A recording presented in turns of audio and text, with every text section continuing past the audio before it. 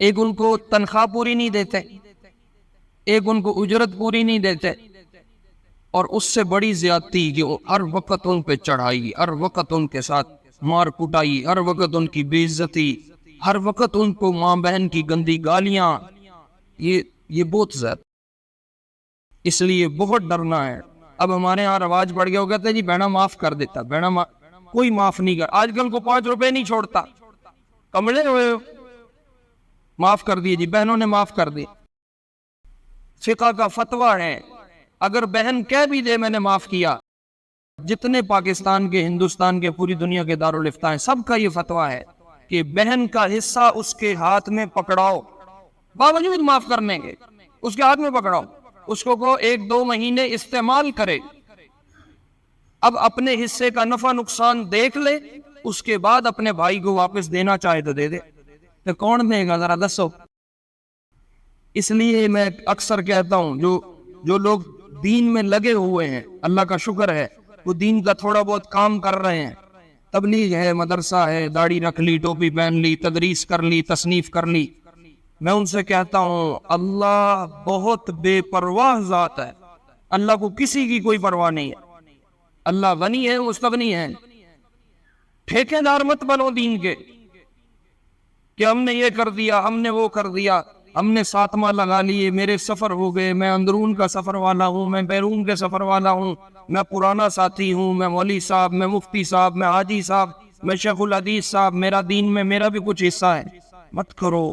پہلی بات جہاں سے آپ نے خطبے کی ابتدا فرمائی، آپ نے فرمایا لوگوں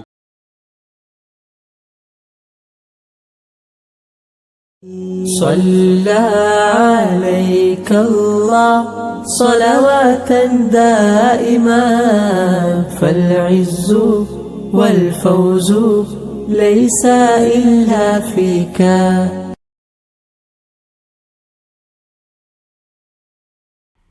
آپ علیہ السلام کے حج کی رودات کو ہم 2-3 جمعوں سے ذکر کر رہے ہیں، جو آپ نے اپنی زندگی میں حج فرمایا، اس کی کچھ تفصیلات ہے، وہ چیدہ میں عرض کر رہا ہوں۔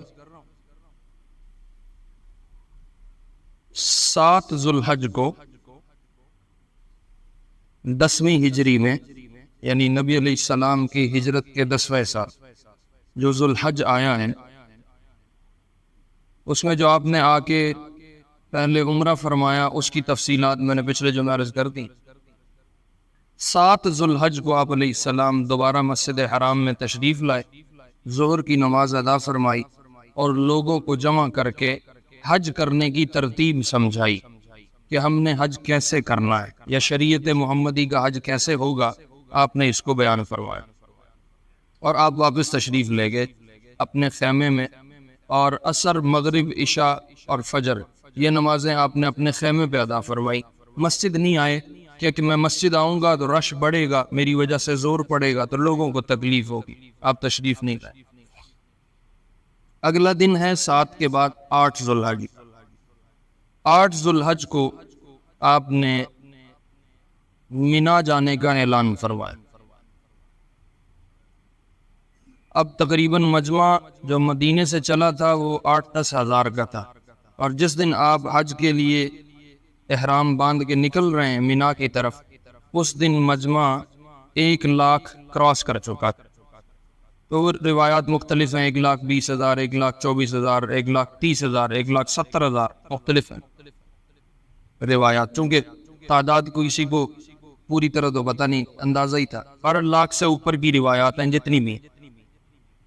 آپ نے کہا بھئی جس نے عمرہ کر کے 4 دن پہلے اپنا احرام کھول دیا تھا، اب دوبارہ حج کی نیت سے احرام باندھ لو، اور چونکہ آپ نے حج والا احرام پہنا ہوا تھا، اس لیے آپ نے اتارا ہی نہیں تھا، آپ اسی احرام میں آگے مینا کی طرف تشریف لے گئے، اور مینا میں مسجد خیف ہے، آج بھی موجود ہے مسجد خیف، جس جگہ یہ مسجد بنی ہوئی ہے بالکل عین اس جگہ پہ حضور علیہ السلام کا خیمہ لگا۔ مینا میں پہنچ کے آپ نے ظہر ادا فرمائی، عصر ادا فرمائی، مغرب، عشاء اور فجر، 5 نمازیں آپ نے مینا میں پڑھی۔ اب بھی جو حاجی جاتے ہیں وہ 5 نمازیں 8 ذو الحج والی وہ مینا میں ادا کرتے ہیں، اور اس رات میں یا اس دن میں آپ نے کیا عبادات کی ہیں اس کی کوئی تفصیلات نہیں ملتی، بس 5 نمازیں ملتی ہیں سیرت میں بھی حدیث میں بھی کہ آپ نے منا میں یہ 5 نمازیں ادا فرمائی ہیں۔ تو ہم حاجیوں کو کہتے ہیں وہاں موقع ہے، جا کے مانگو، دعا کرو، عبادات میں لگو، قرآن کی تلاوت کر لو، اپنی طور پہ تسبیح درود استغفار کر لو، لیکن حضور علیہ السلام سے مستقل کوئی عبادت منا میں ثابت نہیں سوائے 5 نمازوں کہ 5 نمازیں آپ نے وہاں پڑھی۔ اگلے دن فجر کی نماز کے بعد آپ نے انتظار فرمایا، جب سورج اچھی طرح نکل آیا، روشنی ہو گئی، تو آپ نے فرمایا بھئی اب عرفات کی طرف جانا ہے، اور کچھ لوگوں کو بھیج دیا کہ تم جا کے میرے لیے خیمہ لگاؤ، میں عرفات میں آ کے جہاں ٹھہروں گا۔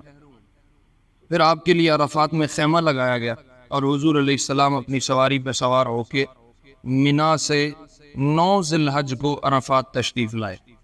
جو پیچھے 8 ذی الحج کا دن ہے جو منا میں گزرا ہے، اس کو یوم الترویہ کہتے ہیں، اور اس سے اگلا دن ہے جو 9 ذی الحج کا، اس کو یوم العرفہ کہتے ہیں، چونکہ اس میں عرفات، وقوف عرفات ہوتا ہے۔ آپ عرفات میں پہنچے، آپ کس وقت پہنچے ہیں کوئی مستقل وقت تو معلوم نہیں ہے، اندازاً 9 بجے کا ٹائم ہوگا، 9 سے کچھ اوپر کچھ نیچے، 9 ساڑھے 9 10 بجے آپ عرفات میں پہنچ گئے۔ آپ نے آ کے اپنے خیمے پہ آرام کیا، عرفات آرام کر کے ریسٹ کرنے کے بعد جب آپ اٹھے تو آپ نے پوچھا بلال زوال کا وقت ہو چکا ہے؟ وہ کہنے لگے زوال کا وقت ہو چکا۔ عموماً ہمارے ہاں مجمع کو زوال کا نہیں پتا زوال کیا ہوتا ہے، میں وہ بتا دیتا ہوں تاکہ کسی کو فائدہ ہو جائے۔ زوال کا وقت جو ہوتا ہے، ویسے تو یہ حج سے متعلق بات نہیں، ہم تو حج کر رہے ہیں۔ سورج صبح جب طلوع ہوتا ہے تو وہ چڑھنا شروع کرتا ہے، مستقل چڑھتا جاتا ہے، چڑھتا جاتا ہے، اور ایک پن پوائنٹ آتا ہے بالکل درمیان میں، عین وسط میں جا کے سب کے سروں کے اوپر، ہر چیز کے بالکل سر پہ پوائنٹ پہ سورج پہنچ جاتا ہے۔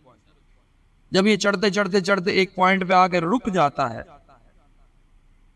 یہاں اس کے رکنے کا 8 منٹ 10 منٹ 15 منٹ موسم کے لحاظ سے فرق پڑتا ہے، یہاں یہ رکنے کا ٹائم، یہ جہاں آ کے سورج ٹھہرتا ہے، یہ 10-15 منٹ کے وقت میں کوئی نماز جائز نہیں،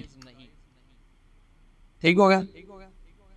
پھر یہ رکنے کے بعد زائل ہونا شروع ہوتا ہے، یعنی اپنی جگہ سے واپسی شروع کرتا ہے، پھر نیچے کو اس نے آنا ہے، تو یہ جب رک کے واپسی شروع کرتا ہے، جیسے ہی سورج کی واپسی شروع ہوتی ہے زور کا وقت داخل ہو جاتا ہے۔ یہ جو ٹھہرنے کا وقت ہے اس کو زوال کا وقت کہتے ہیں۔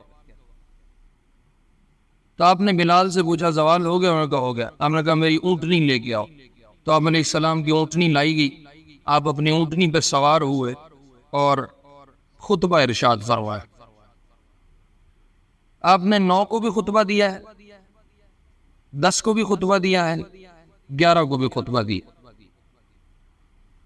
اور تینوں دن جو آپ نے تقریر فرمائی ہے، جو خطبہ ارشاد فرمایا، وہ تقریباً ملتا جلتا ہے، کچھ پوائنٹ اوپر نیچے، 2-4 باتیں آگے پیچھے، کہیں زیادتی ہے کہیں کمی ہے، ورنہ تینوں دن کا جو سینٹرل پوائنٹ ہے وہ ایک ہی ہے، جو مین مضمون ہے تینوں دن کی تقریر کا وہ تقریباً سیم سے میں عرض کر دیتا ہوں، اور پھر آگے حج کی تفصیلات ہو جائے گی۔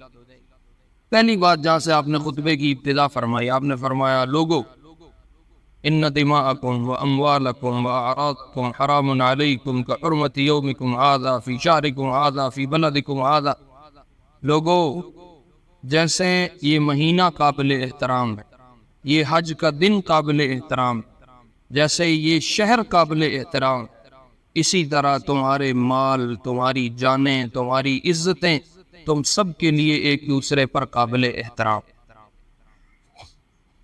جیسے اس شہر کا اکرام ہے، جیسے اس شہر کی قدر ہے، اس مہینے کی قدر ہے، اس دن حج کے دن کی قدر ہے، ایسے تم میں سے اللہ نے سب کے مالوں کو، سب کی عزتوں کو، سب کی جانوں کو قابل قدر بنایا، اس لیے ایک دوسرے کی جان کے دشمن نہ بننا، مال کے دشمن نہ بننا، عزت کے دشمن نہ بن جا۔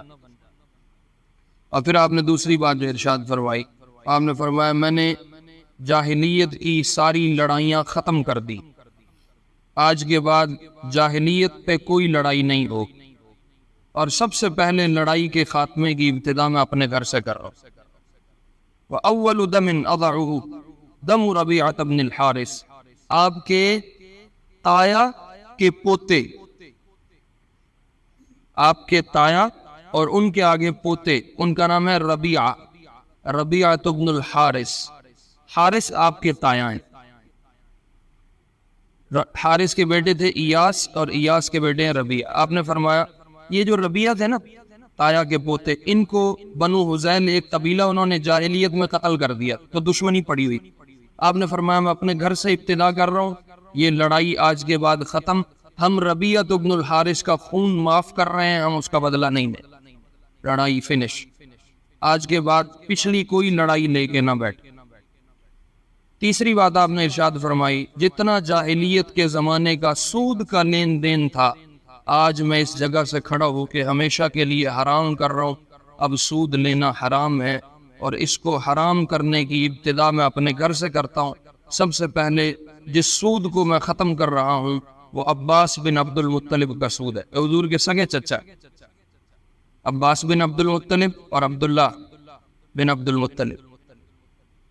آپ نے فرمایا عباس کا سارا سود میں ختم کر۔ عباس رضی اللہ عنہ کا بہت زیادہ سود تھا لوگوں پہ جو دینا تھا، جیسے آج کل بینکوں کے سود نہیں ہوتے، بینک سود کا پہاڑ ہوتا ہے، تو حضرت عباس کا بہت زیادہ سود تھا۔ آپ نے کہا میں سارا سود ختم کر رہا ہوں، وَلَكُمْ رُؤُوسُ أَمْوَالِكُمْ، تمہارا اصل سرمایہ تمہیں واپس ملے گا، سود نہ لینا ہے نہ سود دینا ہے۔ آج کے بعد کہتا ہوں۔ تیسری چوتھی بات آپ نے ارشاد فرمائی، وَاتَّقُوا اللَّهَ فِي النِّسَاءِ، عورتوں کے معاملے میں اللہ سے ڈرتے رہنا، عورتوں کے معاملے میں اللہ سے ڈرتے رہنا، نازک ہیں، کمزور ہیں، ایک بول پہ تمہارے گھر آ جاتی ہیں، اپنی عزت تمہارے حوالے کر دیتی ہیں، ان کو تکلیف نہ دینا، ان کو اذیت میں نہ ڈالنا، ان کو پریشان نہ کرنا، عورتوں کے معاملے میں اللہ سے ڈرتے رہنا۔ عورتوں کے ذمہ یہ ہے کہ وہ تمہارے معاملے میں عزت کی حفاظت کریں، اپنی عزت پہ کسی اور کو تمہارا شریک نہ بنے، اور تمہارے ذمہ یہ ہے کہ ان کا روٹی پانی، ان کا کھانا پینا، ان کی رہائش، ان کے پہننے اوڑھنے کا پورا بندوبست کر کے دیں۔ عورتوں کے معاملے میں اللہ سے ڈرتے رہیں۔ اور ایک بات آپ نے ارشاد فرمائی، جس کو امانت ملے وہ امانت میں خیانت نہ کرے۔ اللہ کی شان، پوری امت تقریباً 80-90% اس وقت خیانت پہ۔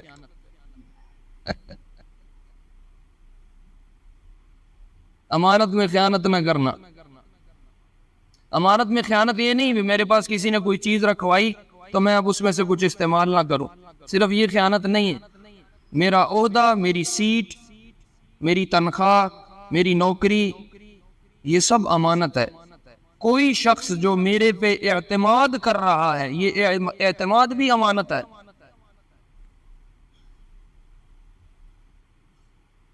کہا امانت میں خیانت نہ کر۔ والزعیم غارم، اور جو کسی کا ضامن بنے گا، جو کسی کا ضامن بنے گا، اس کی ضمانت کے پورا نہ ہونے پر یہ خود اس چیز کو پورا کرے۔ مثلا میں نے ماسٹر صاحب کی ضمانت اٹھائی کسی کام میں، اور ماسٹر صاحب وہ کام نہیں کر سکے، تو اب میرے ذمے ہے کہ میں اس کو ادا کروں، کہ میں ضامن بنا تھا، آپ نے فرمایا اس کے ذمے ہے کہ اب یہ ادا کرے۔ اور ایک بات آپ نے ارشاد فرمائی، اپنے غلاموں کے معاملے میں اللہ سے ڈرتے رہنا، اپنے غلاموں کے معاملے میں اللہ سے ڈرتے رہنا۔ اس زمانے میں غلام ہوتے تھے، آج کل کے زمانے میں نوکر ہوتا ہے۔ آپ نے کہا جو تم کھاتے ہو وہی ان کو کھلانا، اطعموہم ما تطعمون، جو تم کھاتے ہو وہی ان کو کھلانا، والبسوہم ما تلبسون، جو تم پہنتے ہو وہ اپنے ان نوکروں کو، ان غلاموں کو پہنانا، اور ان کو مارنا نہیں ہے۔ آپ نے فرمایا ان کو مارنا نہ، اگر یہ تمہارے کام کے نہیں ہے ان کو بیچ دینا۔ اس زمانے میں کہہ لو اب وہ بیچنے والے غلام تو نہیں، نوکر ہیں، تو اس زمانے میں آپ بیچنے کی جگہ لگا لو، ان کو فارغ کر دے۔ جو نوکر تمہارے کام کا نہ ہو، مارنا پیٹنا نہیں، اس کو فارغ کر۔ ہمارے ہاں نوکروں کے ساتھ ملازمین کے ساتھ بہت زیادتی، بہت زیادہ، خاص طور پہ جو ہمارا یہ زمیندارہ علاقہ ہے یہاں نوکروں کے ساتھ اللہ کی پناہ ہے۔ ایک ان کو تنخواہ پوری نہیں دیتے، ایک ان کو اجرت پوری نہیں دیتے، اور اس سے بڑی زیادتی کہ ہر وقت ان پہ چڑھائی، ہر وقت ان کے ساتھ مار کٹائی، ہر وقت ان کی بے عزتی، ہر وقت ان کو ماں بہن کی گندی گالیاں، یہ بہت زیادہ۔ تو آپ نے فرمایا اپنے نوکروں کے معاملے میں اللہ سے ڈرتے رہے۔ ہمارے یہاں نا مشہور ہے نوکران دیا ماما بہنا ہونی ہی نہیں، ماما بہنا تو صرف چودھریاں دیا نے، نوکران دی کیڑی ماما بہنا۔ اور جو چھوٹی چھوٹی بات پہ اتنی گالیاں دیتے ہیں، اتنا مارتے ہیں، ظلم کرتے ہیں، اللہ کی پناہ۔ آپ نے فرمایا قیامت میں اللہ مالک کو بھی لائے گا، مملوک کو بھی لائے گا، افسر چودھری کو بھی لائے گا اور اس کے ملازم نوکر کو بھی لائے گا، اور دونوں کو لا کے کھڑا کرے گا۔ اگر اس کی سزا زیادہ ہوئی، نوکر کا جرم کم ہوا، تو اللہ اس سے نیکیاں اٹھا کے نوکر کو دے گا، اور اگر اس کی زیادتی زیادہ ہوئی نوکر کی اور مالک کی سزا کم ہوئی، تو اللہ نوکر سے بدلہ لے کے مالک کو دلوائے۔ حتی الشاة الجلحاء یقاد لها من الشاة القرناء، یہاں تک کہ دنیا کی دو بکریاں تھیں، ایک کے سینگ تھے ایک کے سینگ نہیں تھے، اللہ بے سینگ بکری کو سینگ دے گا، اور جس کے سینگ تھے اس سے چھینے گا۔ دونوں بکریوں کو لا کے کھڑا کر کے فرمائے گا جو اس نے دنیا میں تجھے ٹکر ماری تھی آج اپنا بدلہ لے لے، اس کو سینگ عطا کر کے ٹکر مروائے گا اور پھر دونوں کو مٹی فرما دے گا۔ اتنی چیز کا بھی اللہ کی عدالت میں انصاف ہوگا۔ اس لیے بہت دھیان سے چلنا ہے۔ یہ اللہ کی مخلوق پہلے ہے، یہ میرا ملازم بعد میں ہے، اور ملازم نہیں، اولاد بھی۔ کچھ ماں باپ اولاد کے ساتھ بہت زیادتیاں کرتے ہیں، ہر وقت اولاد پہ لٹھ لے کے چڑھے ہوئے ہیں، مار کٹائی 24 گھنٹے۔ باپ گھر میں داخل ہوتا ہے، وہ باپ نہیں، وہ خون خار درندہ آ گیا گھر میں، بچے سہم جاتے ہیں، یا اللہ خیر ابا گھر آ گیا۔ یہ میری اولاد بعد میں ہے، یہ اللہ کی مخلوق پہلے ہے۔ اگر اس کے ساتھ زیادتی ہوگی اللہ معاف نہیں کریں گے، اللہ معاف نہیں فرمائیں گے۔ اس لیے نوکروں کے معاملے میں، ملازمین کے معاملے میں خاص طور پہ آپ نے اس خطبے میں نام لے کے ان کے بارے میں بات فرمائی۔ جو کھاتے ہو ان کو کھلانا، جو پہنتے ہو ان کو پہنانا، یہ تمہارے بھائی ہیں۔ جو میں چودھری ہو گیا تو میں اپنے زور سے تھوڑی ہوں، اللہ نے دیا ہے۔ اگر کوئی ملازم ہے تو وہ اپنے زور پہ تھوڑی ہوا، اللہ نے ملازم بنایا۔ جب مال آتا ہے، تھوڑا منصب آ جاتا ہے، تو یہ درندے بن جاتے ہیں، یہ اگلے کی نہ عزت کی پرواہ کرتے ہیں نہ جان کی پرواہ کرتے۔ اس لیے بہت ڈر کے چلنا۔ اور آپ نے آخر میں ارشاد فرمایا دنیا کے معاملے میں پڑے رہو گے تو پریشان رہو گے، آخرت کو اپنے سامنے رکھ کے چلنا، اللہ تمہیں خوشحالی دے گا، تمہیں دلوں کا اطمینان دے گا۔ یہ موٹا خطبہ آپ نے ارشاد فرمایا۔ جب آپ یہ خطبہ اونٹنی پہ بیٹھ کے دے رہے تھے، 9 ذی الحجہ کی بات کر رہا ہوں، آگے 10 کو بھی دیا، پھر آپ نے 11 کو بھی دیا، کچھ مضمون کم ہوں گے کچھ زیادہ ہوں گے، مین موٹی بات اور خلاصہ یہی ہے۔ ایک آپ نے میراث کے بارے میں ارشاد فرمایا کہ میراث جس کی ہے اس کو پورا حصہ دینا، کسی کی میراث پہ قبضہ کر کے نہ بیٹھنا۔ اللہ نے جو حصے فرض کیے ہیں وہ پورے ادا کرنا۔ ہمارے زمیندارہ علاقہ ہے، زمینیں ہڑپ کر کے بیٹھے ہیں، بہنوں کا حق مارا ہوا ہے، چل رہے ہیں، حج بھی ہو رہے ہیں، عمرے بھی ہو رہے ہیں، نفلی پتہ نہیں کیا سبیلیں لگ رہی، دسترخوان لگ رہے ہیں، لوگوں کو کھانے کھلا رہا ہے، لمبی چوڑی باتیں کر رہا ہے، ہر رمضان اعتکاف بھی بیٹھتا ہے، اور بہن دا حصہ نہیں دیندا۔ زمین کی ایک بالشت لینے پہ حدیث میں آتا ہے، آپ نے فرمایا اللہ 7 زمینوں کا طاق بنائیں گے اور 7 زمینیں اس کے گلے میں ڈال کے ارشاد فرمائیں گے اپنی قبر سے اٹھے ہو ایتھو لے کے ٹرنا ہی میدان حشر تائی اپڑ نہیں اتھے اپڑ مڑ تیرا فیصلہ کرنے 7 زمینیں اپنے گلے میں ڈال کے میدان حشر تک جائے گا ایک بالشت ٹکڑے پہ.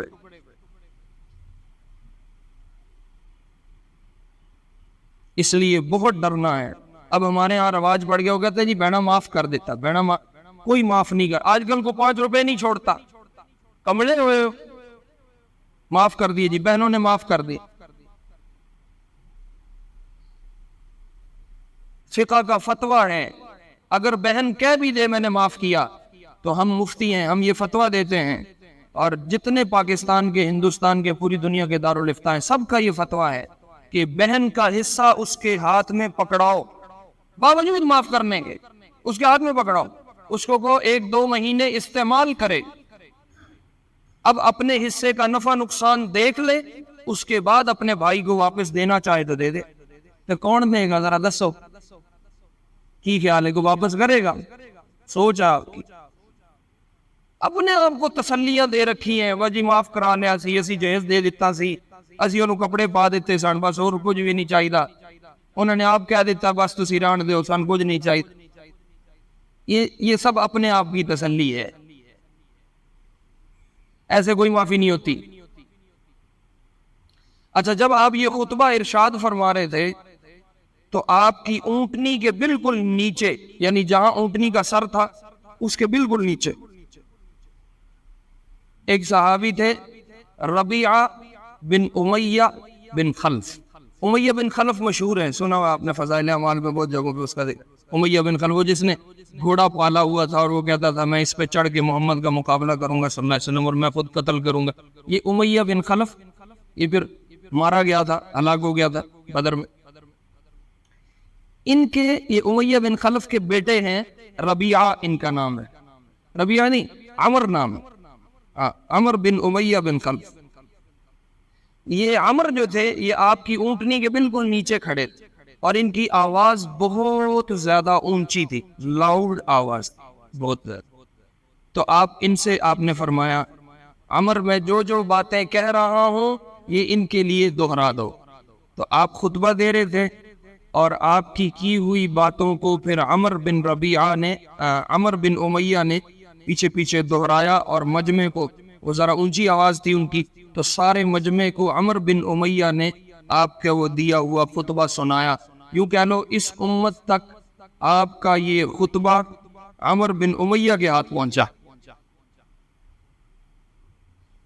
چونکہ آپ کی بات تو سب نے نہیں نہ سنی، آپ کی آواز تو اتنی اونچی نہیں تھی کہ سب تک پہنچے، اسی لیے تو آپ نے نیچے کھڑا کر کے کہا تم آواز سے بات کرو.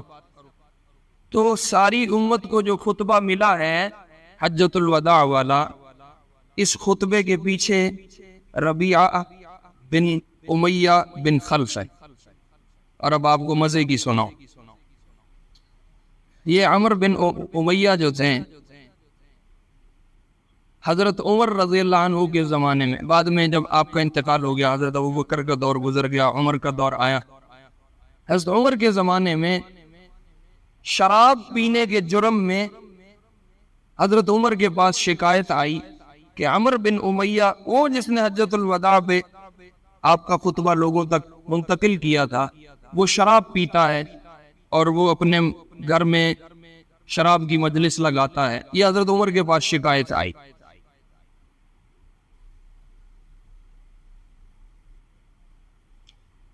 عبد الرحمن بن عوف رضی اللہ عنہ ایک صحابی ہیں، مشہور صحابی ہیں، مالدار صحابی ہیں، 10 مبشرہ میں سے، جو 10 لوگ جن کو آپ نے جنت کی بشارت دی تھی ان میں سے. حضرت عمر نے حضرت عبد الرحمن کا ہاتھ پکڑا اور رات کو اندھیرے میں گشت کرتے کرتے کرتے کرتے ایک حویلی کے سامنے آ کے کھڑے ہوئے اور عبد الرحمن سے کہنے لگے عبد الرحمن دروازے کو کان لگاؤ. اور دروازے کو کان لگایا تو اندر سے شور کی آواز، جیسے کوئی شراب پی کے گل گپاڑا نہیں کرتے اونچی اونچی آواز میں بے تکی باتیں اور فول جو منہ میں شروع ہوئے، وہ اندر سے آوازیں آ رہی. تو عبد الرحمن کہنے لگے امیر المومنین لگتا ہے اندر کسی نے شراب پی ہوئی. تو امیر المؤمنین حضرت عمر کہنے لگے یہ حویلی اسی کی ہے، عمر بن امیہ کی، اور اس کی میرے پاس شکایت آئی ہے کہ وہ شراب پیتا ہے اور شراب کی مجلس لگاتا ہے، کیا خیال ہے، اب کیا کریں؟ دیوار پھلانگ کے اندر جائے، دروازہ پھلانگے؟ اللہ اکبر، ہم میں سے کوئی ہوتا تو کیا کرتا؟ کیا خیال ہے؟ ساڑھے جو کو ہوندا تو کی کرنا؟ ہمیں تو مزہ آتا ہے اس طرح کی کاروائیوں کا نا، پیچھے پڑنے کا، پتہ کرو کی ہو رہا ہے، کیویں ہو رہا ہے، ٹو لان دا، جاسوسیاں کرن دا، ان بڑا چاہ ہوندا ہے۔ یہ راتی 1 بجے کتھوں آیا؟ سارے محلے کو فکر ہے، بھائی کیوں فکر ہے؟ بیوی بچوں والا ہے، عقل مند ہے، سمجھدار ہے، جتوں بھی آیا 1 بجے تینوں کی۔ یہ جاسوسیاں کرنا، یہ ٹو لگانا، یہ پتہ کرنا، یہ بولے اتنے پیسے کتھوں آ رہے ہیں؟ یہ سارے پنڈ کا سوال ہے۔ بھائی کیوں سوال ہے؟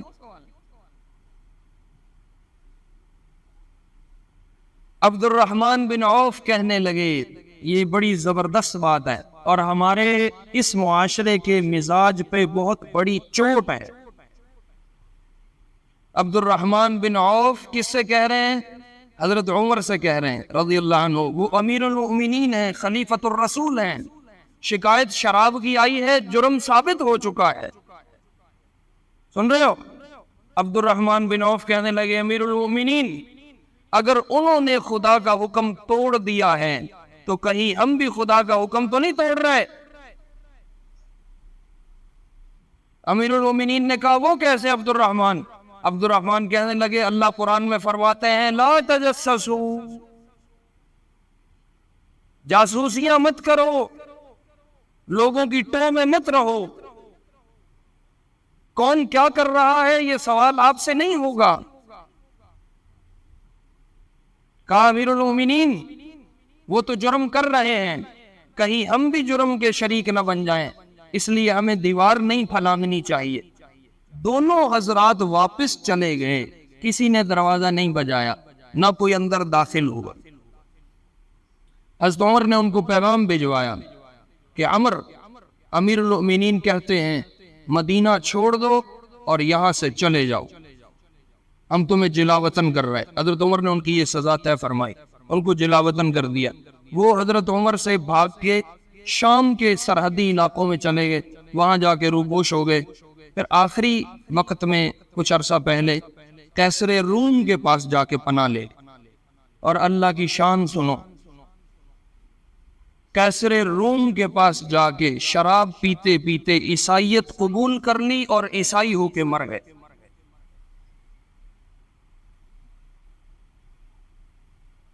مرتد ہو کے مرے ہیں۔ اتنا بڑا آدمی، خطبہ حجۃ الوداع امت کو دینے والا آدمی، نبی علیہ السلام کا ترجمان آدمی۔ اس لیے میں اکثر کہتا ہوں جو لوگ دین میں لگے ہوئے ہیں، اللہ کا شکر ہے وہ دین کا تھوڑا بہت کام کر رہے ہیں، تبلیغ ہے، مدرسہ ہے، داڑھی رکھ لی، ٹوپی پہن لی، تدریس کر لی، تصنیف کر لی، میں ان سے کہتا ہوں اللہ بہت بے پرواہ ذات ہے، اللہ کو کسی کی کوئی پرواہ نہیں ہے، اللہ غنی ہے، مستغنی ہے۔ ٹھیکے دار مت بنو دین کے کہ ہم نے یہ کر دیا، ہم نے وہ کر دیا، ہم نے ساتمہ لگا لیے، میرے سفر ہو گئے، میں اندرون کا سفر والا ہوں، میں بیرون کے سفر والا ہوں، میں پرانا ساتھی ہوں، میں مولوی صاحب، میں مفتی صاحب، میں حاجی صاحب، میں شیخ الحدیث صاحب، میرا دین میں میرا بھی کچھ حصہ ہے۔ مت کرو، اللہ کو کسی کی پرواہ نہیں ہے۔ اتنے بڑے منصب کا صحابی مرتد ہو کے مر گیا، نہ رضی اللہ عنہم ورضوا عنہ تے نہ کوئی توبہ نہ کوئی استغفار، چھٹی ہو گئی۔ اللہ ذات ہے، جس کو مرضی دے دے، جس سے مرضی چھین دے، کسی کی حصے داری تھوڑی ہے، کسی کی ٹھیکے داری تھوڑی ہے، اللہ کا کام ہے، اللہ اپنی مرضی سے جس سے چاہتے ہیں لے لیتے ہیں۔ یہ خطبہ حجۃ الوداع ہوا اور یہ ان کا انتقال۔ جب یہ خطبہ ہو گیا تو ایک آیت نازل ہوئی، الیوم اکملت لکم دینکم، آج میں نے تمہارا دین تم پہ مکمل کر دیا، واتممت علیکم نعمتی، جو دین کی نعمت تمہیں دینی تھی آج پوری ہو گئی۔ ورضیت لکم الاسلام دینا، اور جو دین میں نے اپنے بندوں کے لیے چنا ہے وہ اسلام ہے، میں اس پہ راضی ہوں، جس نے مجھے راضی کرنا ہے وہ اسلام پہ آئے گا۔ جب یہ آیت نازل ہوئی نا تو اس میں تھا دین مکمل ہو گیا، نعمت مکمل ہو گئی، پوری ہو گئی، تمام ہو گئی۔ حضرت عمر رونا شروع ہو، یہ آیت سن کے حضرت عمر رونے لگے۔ یہ آیت عرفات میں نازل ہوئی تو کسی نے کہا ما یبکی گیا عمر، عمر کیوں روتے ہو؟ تو وہ کہنے لگے لیس بعد الکمال الا النقصان، بندو اور خدا دے بندے ہو، جب کوئی شے پوری ہو جاندی ہے نا پھر پورے ہون تو بعد اس گھٹنا ہوندا، ودنا نہیں ہوندا۔ ہن دین پورا ہو گیا، یہ مطلب ہے ہن اگوں ساڈا نقصان شروع ہو رہا ہے۔ تو پہلا نقصان 3 مہینے بعد 4 بعد آپ علیہ السلام کا انتقال۔ باقی حج کی کچھ کارگزاری انشاءاللہ اگلے جمعے پہ کریں گے۔ اللہ رب العزت ہمیں اپنا دین سیکھ کے عمل کرنے کی توفیق نصیب فرمائے۔ سنت اللہ۔